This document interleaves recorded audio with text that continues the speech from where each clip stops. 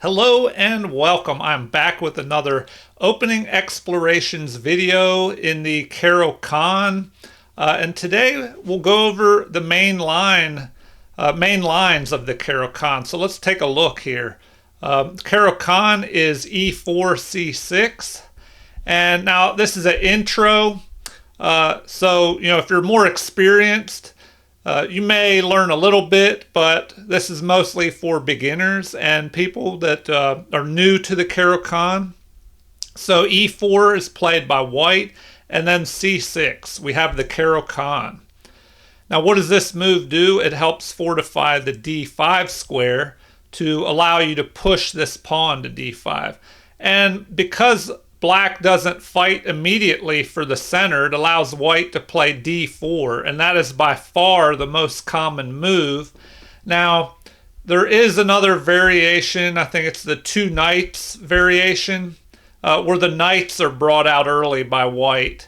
So I'll do another video on that variation, but today we're just discussing the main line of d4 being played here and d5, the Caro-Kann.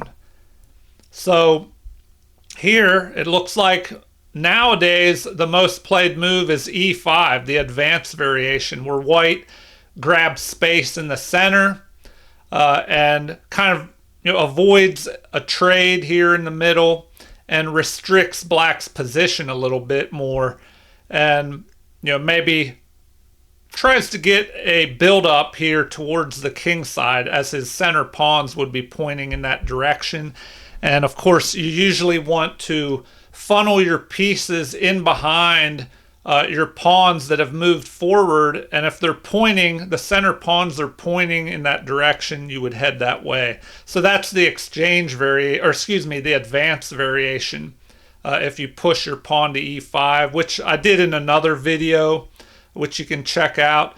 But the main line, which is played second most often, so E5 is played 34,000 times in this database versus 29,000, almost 30,000 for the second move, which is this move, knight to C3.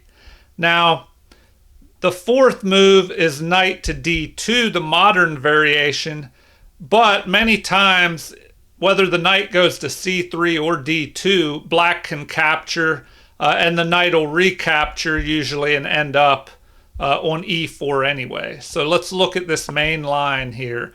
Knight to c3, and then by far the best thing to do is to go ahead and capture. So, an exchange here, forcing black to move this piece that he developed again to recapture. And then the most often played move is bishop to f5 here.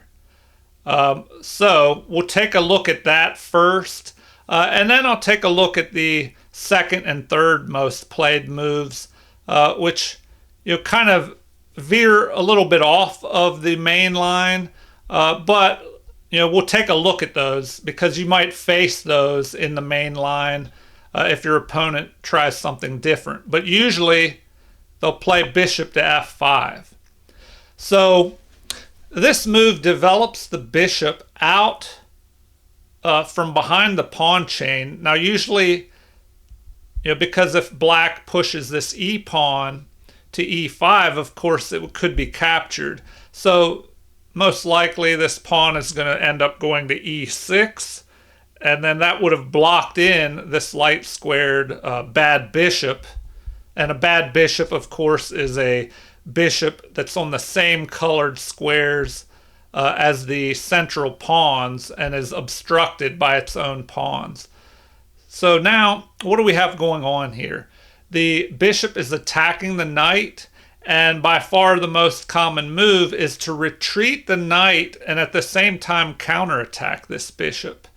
Only 855 times has white played knight to c5. And it looks like white has won a little bit more with that. But, only 800 and some games were played versus 20 some thousand. So that leads me to believe that it's probably better to just develop here, or retreat back and counterattack the bishop. We could take a quick look at this move here. This does allow an attack, and then the knight usually retreats to b3, fortifying the central pawn. e6 is played, knight develops, and bishop to d6. So you could get something like this, g3, kind of limiting the scope of the bishop. Knight develops, black's ready to castle. Bishop develops, and now white is ready to castle.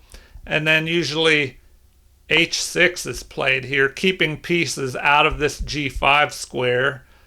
White castles, and instead of castling, it looks like usually the knight is developed first, then queen. So another common theme in the Caro-Kann is play for white on the e file. So we see there's a half open e file here, and maybe white can get play up that half open file, and maybe black tries to get some kind of play on the half open d file. But a lot of times this c pawn on c6 will try to push to c5 and maybe exchange here. So then there could be play also for black on the c file. So let's see how this game continued. Black castles, and then we have c4 and queen developing, connecting the rooks, bishop to e3, and that move that I was talking about, c5, is played, which kind of gives black a little bit more space, fights back in the center. Rook at a to c1, lining up on the queen, also fortifying this pawn. Rook at a to d8, getting ready to maybe put pressure down the half open d file, and so white gets ready to fight for that. And I mentioned this in other videos. So if you're playing an opening, one way to tell if you come out of the opening well or not is if your rooks end up in good positions. So if you can get those rooks developed, that's always helpful. So that's one of your goals or aims coming out of an opening, is to get all your pieces developed, but especially those rooks, since they're usually the last ones to be developed. All right, let's go back a little bit. So what did we look at? Bishop to f5, and then we looked at this knight moving here, okay, which is not very common. That was the second most common move. So back to the main move that is played, and this is most likely what you'll see. An attack on the bishop, and then by far the bishop retreats, keeping the bishop pair, and now h4. So knight to f3 is the second most played move, and that can be played as well. But looks like h4 is played most often, threatening to try and trap the bishop here, because the knight is covering these other squares. So h6 is played most often, leaving an escape route for the bishop, a little escape hatch here. And now knight to f3 is played. Then knight to d7, h5, chasing that bishop. The bishop goes back. And this move is also important because it gains space on the king side. So, if black castles on the king side, white may end up with more space in order to, that's extra space can be used to try and funnel your pieces up there and get an attack going. Good extra space can always be used to your advantage, unless you trade off too many pieces and then you've pushed your pawns so far that it's hard to protect them. So keep that in mind as well. All right, most often played is bishop to d3, attacking the bishop. So here, black is happy to give up the bad bishop for white's good bishop, which white's bishop was on the opposite colored squares as his central pawn. So this does help white develop the queen, though. E6 is played, freeing up the other bishop. So white, develops their bishop here. If we go back, this is the most common move, but it looks like bishop to f4 can be played as well to prevent this bishop from developing to d6. So we'll look at the main move here. Right here, bishop to d2, knight develops to f6, and then, let's see, white normally castles queenside here. And, that's because this pawn has been pushed forward.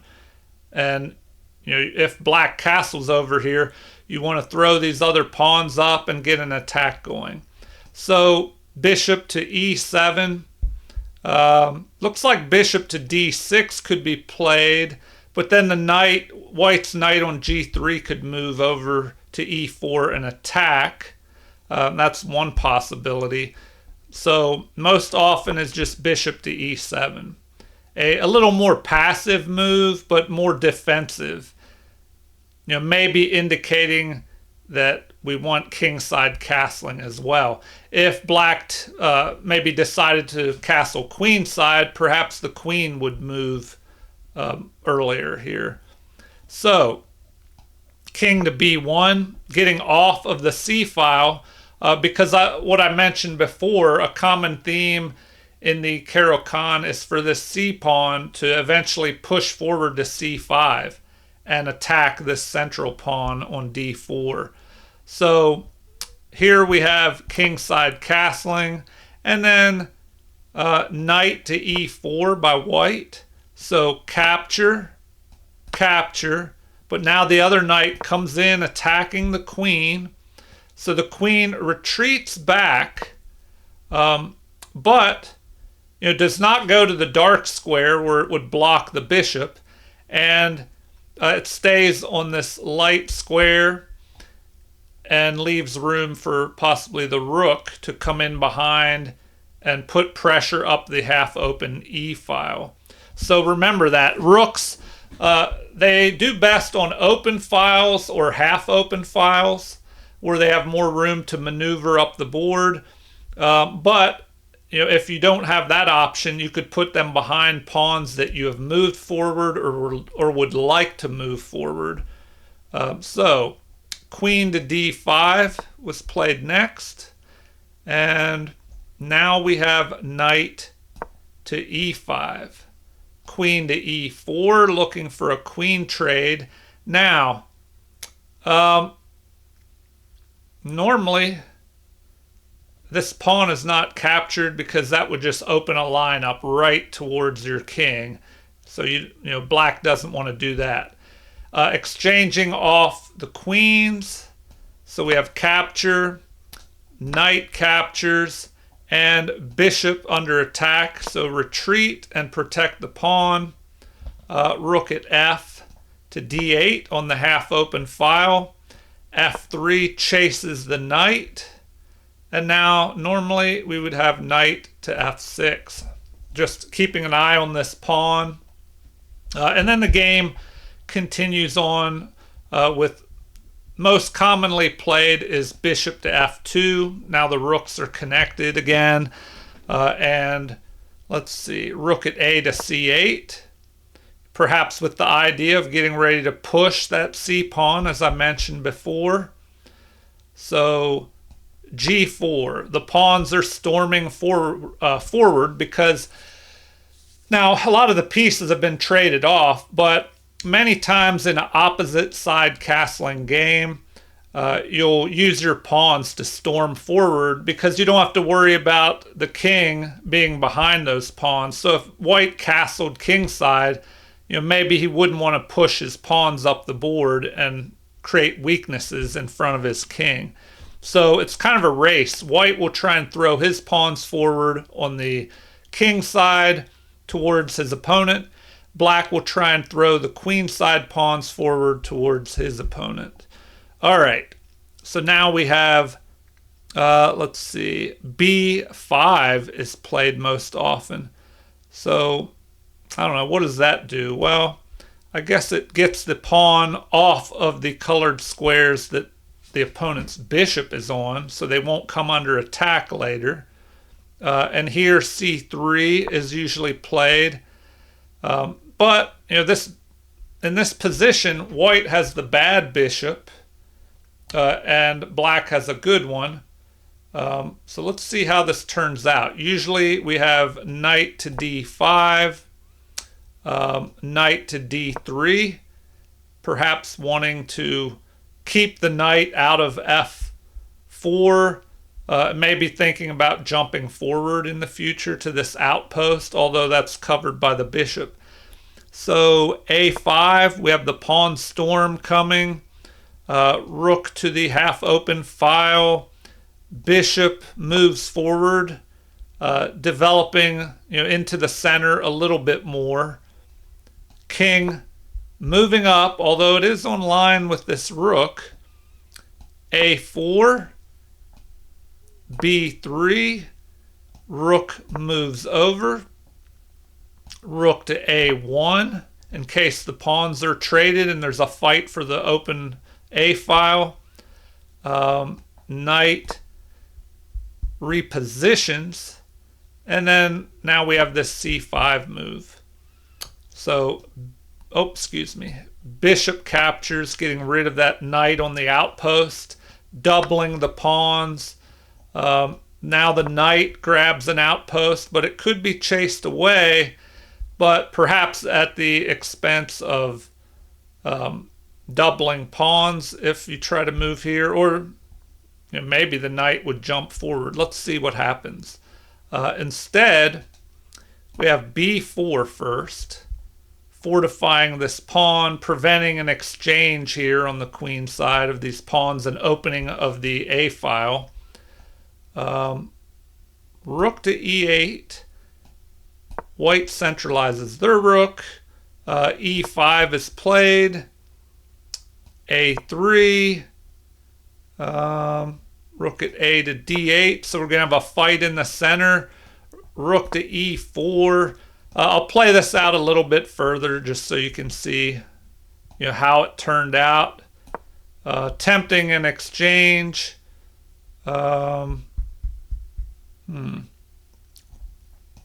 king comes into the game. So remember to do that. Activate your king in the end game, because the king can end up being a valuable piece in the end game. All right. The bishop retreats, avoiding capture by the knight. Rook to d7, maybe getting ready to double. Rook at d to e1, doubling rooks here. D to e7, so we're getting ready for a fight on this e file. And back to d1 to d7. Anyway, I'll end it there, and not the video, but I'll stop that variation. So that is how, an example of how things could go in the Caro-Kann. It ended up being a draw, this game anyway. All right, so we were in this position, and we looked at the most common move, which was knight to g3. So knight to g3, you attack the bishop, it retreats. We could take a look at some other variations, and then remember, you start threatening to trap the bishop. So h6 is played. Develop your other knight, or you could just attack that bishop right away. So then we looked at that move, h5, bishop retreats. So these are the most played moves. An exchange, then e6. So you're going to see this structure a lot with the pawns. And now if we play this out a little bit further, we looked at bishop to d2. I guess this move is possible as well. But then you have queen to a5. The bishop comes back, attacking the queen. Bishop to b4. c3 attacking. Bishop up to e7. And then what? c4. Queen retreats. And castle kingside. Or sorry, castle queenside. Knight develops. King moves over, out of the way of this queen lined up on the king, and this pawn is pushed forward, and you're guarding this a2 pawn in case the queen swings back to a5 in the future after that bishop moves. So castle, and then knight to e4. So here, instead of trading, it looks like rook is lined up on the queen and on this pawn. Then we have a capture, capture. Queen moves out of the way of where this rook was lining up on the queen. The c5, the common theme of pushing that c6 pawn to c5. And now, let's see, bishop to c3 to help back that up. Queen up to f4, putting more pressure on that pawn. But we attack the queen. F5 check. King is forced into the corner. And here we just have, Here we have a capture. Knight captures, attacking the queen. Queen to c5. Rook at h to h1. And a6. The pawns are getting ready to maybe push forward in the future. a3, perhaps threatening to attack the queen. So the queen retreats because the bishop could have moved here, attacking the queen possibly, and then picking off the bishop, trading more material. So here the rooks are traded. But white is trying to fight for control of that open file. The rook could go here, maybe trade another pair of rooks, but instead this was played, and the game went on to be a draw. So you'll see more draws with the Caro-Kann. So let's go back to the beginning. You'll see more draws because the Caro-Kann is more solid. It's not as attacking as, say, the Sicilian, where you play e4 and then c5 with the pawn. So maybe in the future I'll do some Sicilian opening exploration videos. So here we looked at the main line, which is e4, c6, the Caro-Kann, d4, d5, attacking this pawn, and knight to c3. And we saw that the best thing to do, maybe not necessarily the best, but most often played, is d takes e4. We see that white wins a little bit more often if g6 is played. Queen to a5, but there's only 3 games. So perhaps this is best. If white has both of these pawns in the center, you knock one out. The knight captures. And then we looked at the bishop to f5 attack. But the other 2 possibilities. One is for this knight to move to d7, preparing this knight to move to f6. But what if that move is not played? What if you immediately play knight to f6, which is the second most played move? Well, I played this recently, and my opponent, who was higher rated than me, retreated back to avoid trading material. But it looks like most often played is to capture. So you capture, and now white forces black to double their pawns, either with e takes f6 or the g pawn capturing on f6. Now, what's the difference? Well, maybe more solid would be to capture away from the center. That way it keeps all your pawns together in a solid structure. Or you could capture towards the center, which is usually general wisdom says to capture with your pawns towards the center to help control the center more. And then the bishop could develop here to g7 or even h6 at some point.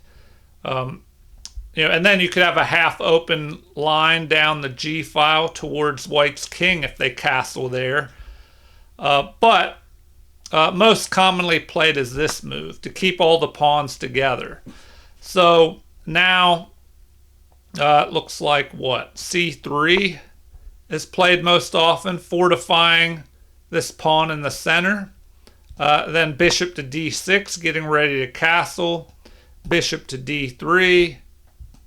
Castling, queen up to c2, rook checks, knight blocks, and now looks like h5 is played most often. Second is h6. So let's look at the most common way forward. Now, if you notice this variation after this exchange here is called the Caro-Kann variation. So we're kind of veering off from the main line. But I wanted to show you a little bit of this. That way you would be familiar with it if you try to go into the main line and they veer off with this Caro-Kann variation. So the pawn just keeps pushing forward. H3 to prevent that pawn from pushing forward even more. Then knight to d7, bishop to d2, the rooks are connected, knight up to f8. So that's an important move to prevent any little harassment by this bishop, especially if you leave that pawn on h7 and this battery is lining up on it. That's probably why that pawn moved forward to begin with. Once that battery was attacking it. So, and to gain space here on the king side. All right, so rook at A to E1. So once again, we see this interesting theme where the rooks are trying to take control of the open file. And why didn't this other rook move over? Well, maybe at some point this pawn will want to push forward. But first, what do we have here? Bishop to c7, perhaps threatening to put the queen here and go for a mate. So now f4 is played, pushed forward, stopping this threat of a mate down here with the queen, bishop and queen battery, and the rook is backing up that pawn that has moved forward. So g6, f5, just pushing forward, gaining space, and then g5. So now we have queen to d1, perhaps getting ready to jump up into black's position. Queen to d6, threatening that mate. And knight to f4. So crazy move here. Maybe giving up the knight, but the database does not recommend you take that knight. Looks like either bishop to d7 or a rook exchange here is better. So I won't go too much further in this other than to look at what would happen if you captured this. So if you take that, well, we have this check possible here. Check. The knight could block, but then you get your piece back. And if the king moves, you just move back and forth, drawing after checking and checking until this, possibly this knight blocks here. But then you could capture. If the pawn captures, your bishop could capture. So anyway, that is an interesting possibility. Also, once you go here, the bishop could capture on f4 once the queen is up here. So not a good idea to capture that knight. Looks like, you know, this is played most often. Then the queen goes up here anyway, lining up and pinning that pawn. Knight jumps forward. Huh. Interesting. Then what? Knight to, and well, you can take a look at that. I'm not going to dig into that because that's something you can look at on your own. We still have a few more lines to look at. So if we go back, let's go from the beginning. So e4, c6, the Caro-Kann. d4, d5.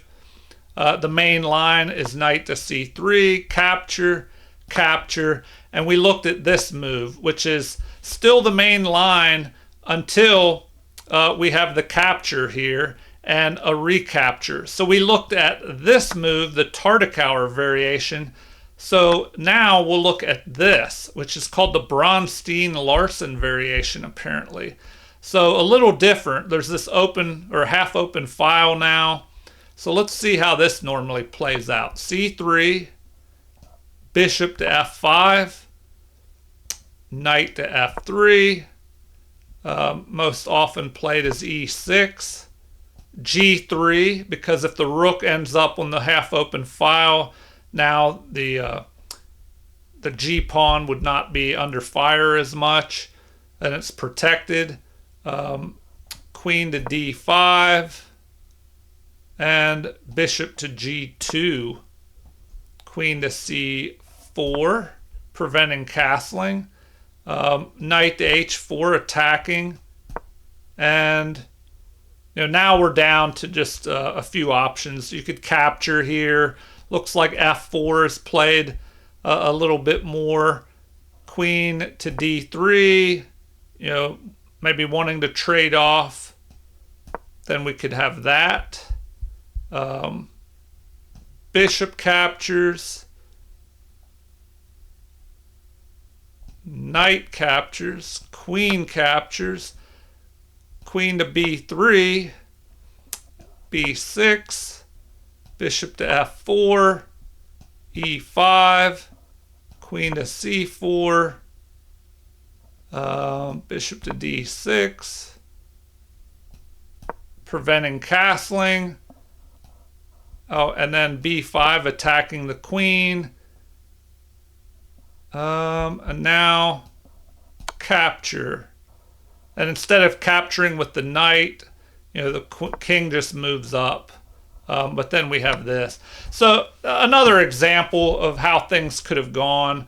And that was what? The Bronstein-Larsen variation, where, you know, instead of capturing with the e pawn, the Caro-Kann variation, we go into that Bronstein-Larsen variation.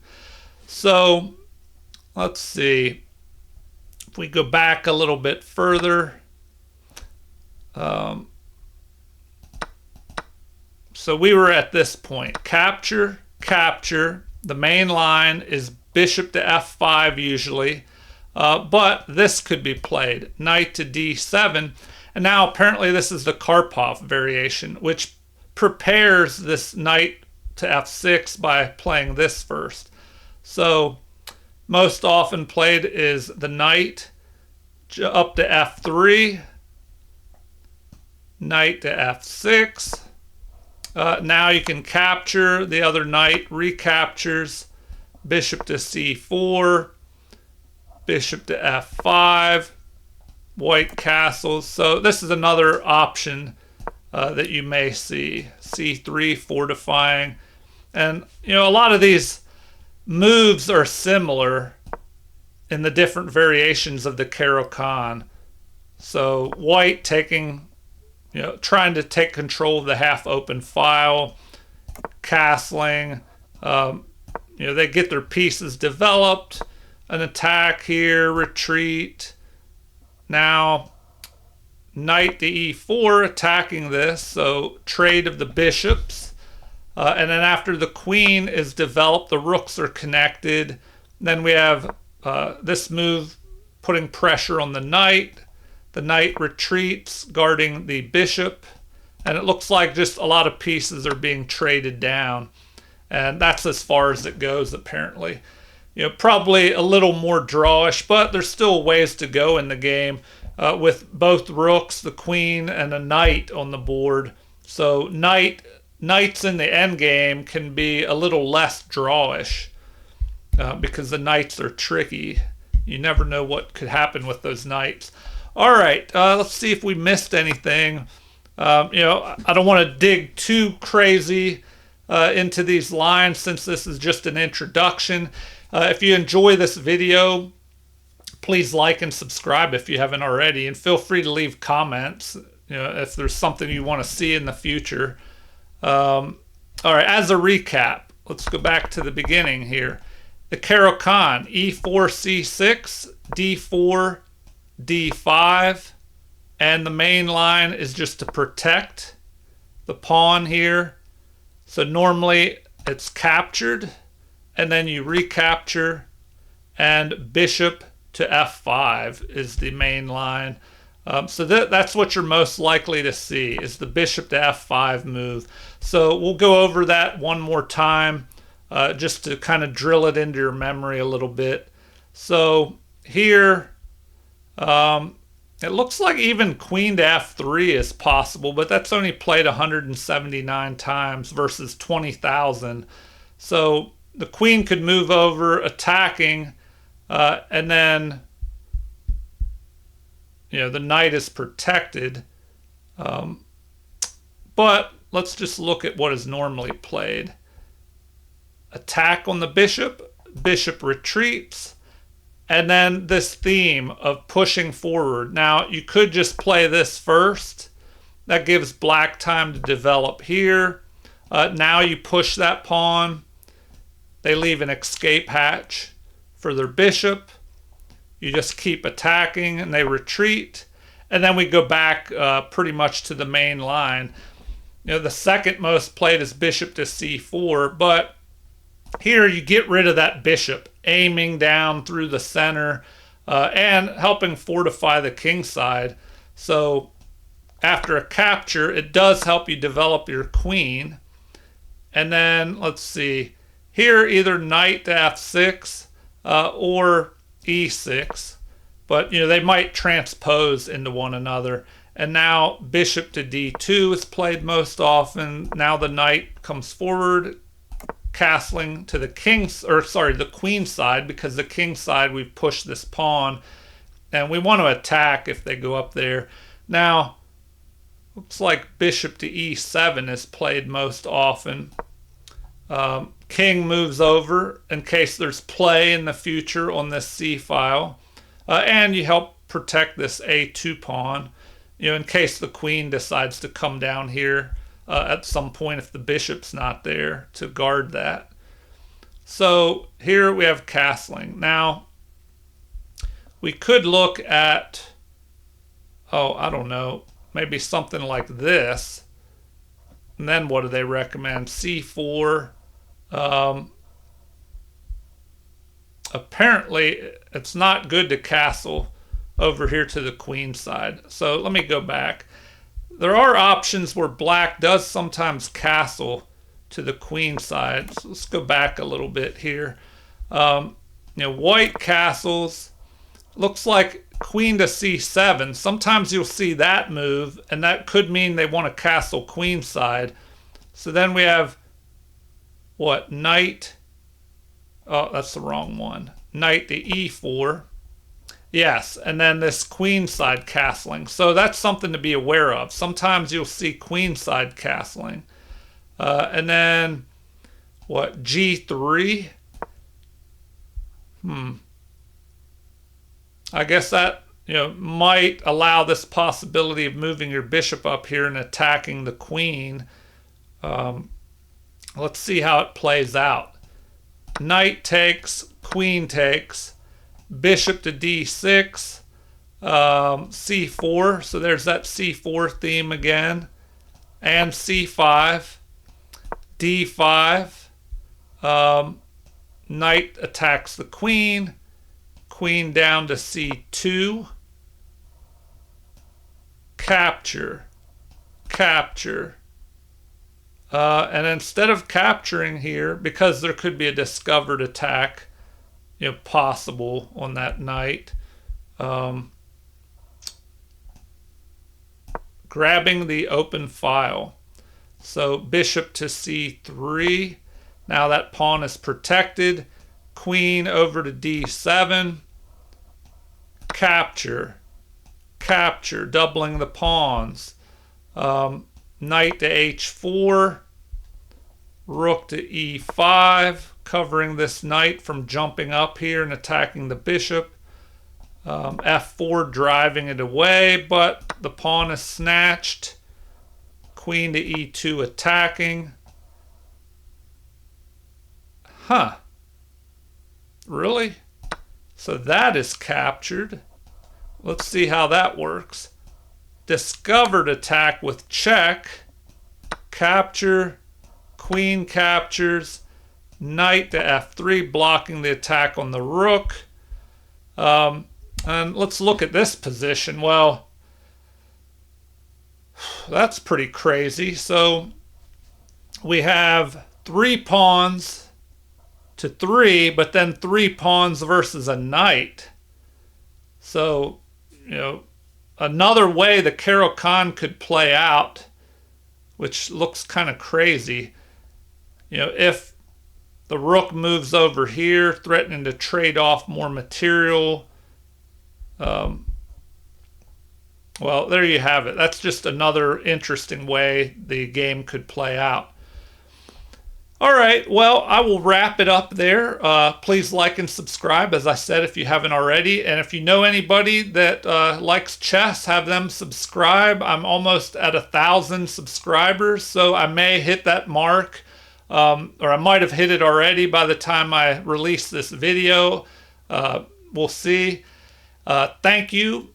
Please, feel free to leave comments at any time if there's something you would like to discuss. Thanks for watching and have a super chess day.